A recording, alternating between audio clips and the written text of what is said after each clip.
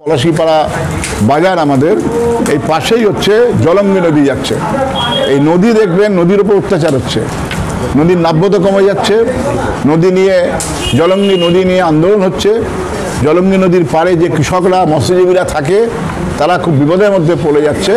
কেন পরিবেশ, আজকে যে পরিবেশের ব্যাপারটা, তৃণমূলের রাজত্বে গাছপালা কেটে ধ্বংস হয়ে গেল, ভারসাম্য নষ্ট হচ্ছে, পুকুর খাল বিল বন্ধ হয়ে গেল, প্রমোটাররা মাটির জন্য এসব বন্ধ করে দিচ্ছে।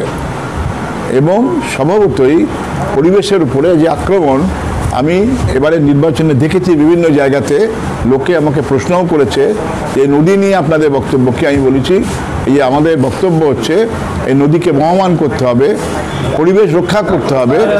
একটা পরিবেশ একটা ইস্যু এবারে উঠে এসেছে। সর্বশেষ যেটা হচ্ছে যে এটা দেখেছেন যে মানুষের যে অধিকার, ভোট দেওয়ার অধিকার, পঞ্চায়েতগুলোকে ভোট অনেক জায়গায় লুট করেছে, গণতন্ত্র টুটি চিপে ধরেছে এবং মানুষের ভোট লুট হয়ে গেছে। এবারে মানুষ এসবের ব্যাপারে তার সমুচিত জবাব দেবে। উন্নয়নের প্রশ্নে ধরুন একটা বড় দাবি আমাদের আছে, যেটা কৃষ্ণনগর করিমপুর রেল লাইন। এই যে আমাদের রাস্তা, আমি আপনাকে যেখানে বসে সাক্ষাৎকার দিচ্ছি, পলাশীপাড়া বাজার সোজা চলে গেলে এই যে করিমপুর কৃষ্ণনগর রেল লাইন, এই রেল লাইনের দাবি দীর্ঘদিনের দাবি আমাদের এই সমস্ত এলাকার, বিশেষ করে 73 সাব ডিভিশনের মানুষের দাবি। এই দাবিটাও আমরা এবারে নির্বাচনে খুবই গুরুত্বপূর্ণভাবে এই দাবি উঠেছে। সব মিলিয়েই হচ্ছে আজকে আমাদের রাজ্যে দিল্লিতে যারা রয়েছে তারা বিজেপি, তারা আরএসএস পরিচালিত বিভেদকামী শক্তি, রাজ্যে যারা রয়েছে তৃণমূল বিজেপি একসঙ্গে এই রাজ্যে তারা ব্যাটছড়া বেঁধেছে, তাদের মধ্যে যোগসাজশ রয়েছে। এটা প্রতিদিন মানুষের কাছে দিনের আলোর মতন স্পষ্ট হচ্ছে, আরও দিন গেলে পরিষ্কার হবে।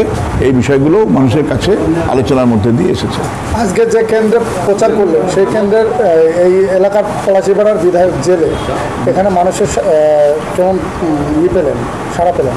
কখনো মানুষ তো শুভবুদ্ধি সম্পন্ন মানুষ, সবসময় মানুষ সত্যের পক্ষে, সবসময় মানুষ দুর্নীতির বিরুদ্ধে। আমাদের সমাজে, আমাদের দেশে বেশিরভাগ মানুষ সৎ মানুষ, কিন্তু দুর্নীতিগ্রস্তদের বিরুদ্ধে আর কী বলবে? মানুষ একবার নির্বাচিত করেছেন, এছাড়া আর কি মানুষের তো আর হাতের মধ্যে নেই। কিন্তু এটাই চেহারা যে যারা আইন তৈরি করে তারাই আইন ভাঙছে, তারাই বেআইনি নিয়োগ দিচ্ছে, তারাই সাদা খাতা জমা নিয়ে চাকরি দিচ্ছে, তারাই টাকার বিনিময়ে চাকরি দিচ্ছে। এর থেকে দুর্ভাগ্যজনক আর কি হতে পারে?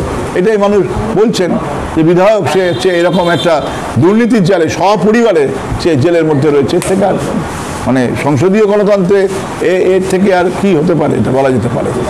আরেকটি বিষয় আছে, সেটাও আমরা বলছি যে সিএ নাগরিকত্ব আইন নিয়ে তৃণমূল কংগ্রেস ভয় দেখাচ্ছে, পূর্ব বাংলাগত মানুষদেরকেও ভয় দেখাচ্ছে, স্থানীয় মানুষদেরকেও ভয় দেখাচ্ছে, এবং এটা নির্বাচনের মুখে মানুষকে ভয় দেখানোর একটা খুঁড়োর কল ওরা তৈরি করেছে বিজেপি।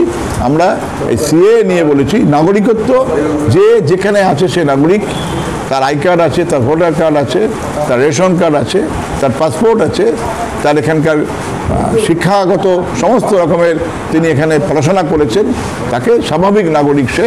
এই নির্বাচনের মুখে সিএ দিয়ে মানুষকে ভয় দেখানোর যে চক্রান্ত বিজেপি করেছে, এটাও আমাদের কর্মীরা আমরা মানুষের কাছে বলছি, সব এলাকার মানুষের কাছে এটা আমরা পৌঁছে দিচ্ছি। আপনি তো একসময় এই এলাকার বিধায়ক ছিলেন, প্রতিটা ভোট আপনার চেনা, এবার ভোট আপনার কেমন? ভালো ভোট হবে। মানুষ, আপনারা জানেন যে আমাদের জননেতা ছিলেন জ্যোতি বসু, তিনি সবসময় একটা কথা বলতেন যে মানুষের উপর ভরসা রাখতে হয়, মানুষের উপর বিশ্বাস রাখতে হয়, আর মানুষই ইতিহাস রচনা করে।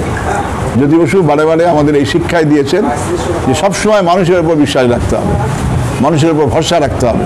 আর তিনি বারে বারে বলেছেন মানুষ ইতিহাস রচনা করে, ইতিহাস সমাজের মুষ্টিময় কিছু লোক করে না, জনগণ ইতিহাস রচনা করে। এবারে এই কেন্দ্রে জনগণ ইতিহাস রচনা করবে। আপনি নির্বাচিত হলে পলাশীপাড়া বাসিন্দাদের প্রথমে কী করবেন? দেখুন, এগুলো হচ্ছে যে আমাদের সামগ্রিক, আমাদের বামপন্থীদের একটা ইস্তার বেরিয়েছে, বামপন্থী কংগ্রেসীরা আমরা একটা সমঝোতা করেছি, এবং আমরা বামপন্থীরা সবসময় মানুষের সঙ্গে থাকি, সততা নিয়ে থাকি, বিশ্বাস নিয়ে থাকি। আমাদের তলাকার মানুষ, মধ্যবিত্ত মানুষ, কেরানি, কর্মচারী, শিক্ষক, অধ্যাপক সকলের সঙ্গে। এবং সার্বিক যে উন্নয়ন বলতে শুধু একটা ঝাঁ চকচকে লাইট লাগিয়ে দেওয়া না, মানব সম্পদ, এই মানব সম্পদের উন্নয়নের আমরা একটা সুনির্দিষ্ট পরিকল্পনা নিয়েই আমরা চলি। শিক্ষা, স্বাস্থ্য, চিকিৎসা, মাথার উপর ছাদ, তার সঙ্গে হচ্ছে কথা বলার অধিকার, ডেমোক্রেটিক রাইট, তার সঙ্গে সঙ্গে হচ্ছে সম্প্রীতি, এসব প্রশ্নে আমরা প্রতিদিন লড়াইয়ের মধ্যে ময়দানেই আমরা থাকি 365 দিন, ঘাত প্রতিঘাতের মধ্যে দিয়েই আমাদের পথ চলা। এই জন্য স্বভাবতই আমাদের যারা জনপ্রতিনিধি আছেন তারা এইভাবেই দিনপাত করেন। এই কেন্দ্রে যারা বিধায়ক ছিলেন আগে তারাও এইভাবেই চালিয়েছেন, পলাশীপাড়ার মানুষকে নিয়ে। আমার এই যে লোকসভা কেন্দ্রের মধ্যেই পলাশীপাড়া, স্বভাবতই আলাদা কিছু না, গোটা লোকসভা কেন্দ্রকেই এই কাজ আমাদের করতে হয়, আমরা করি, আমরা এখনও আমরা সেই কাজই করছি। জেতার ব্যাপারে কতটা আশাবাদী? আমরা শুরু থেকেই বলেছি যে জেতার ব্যাপারে 100% আশাবাদী।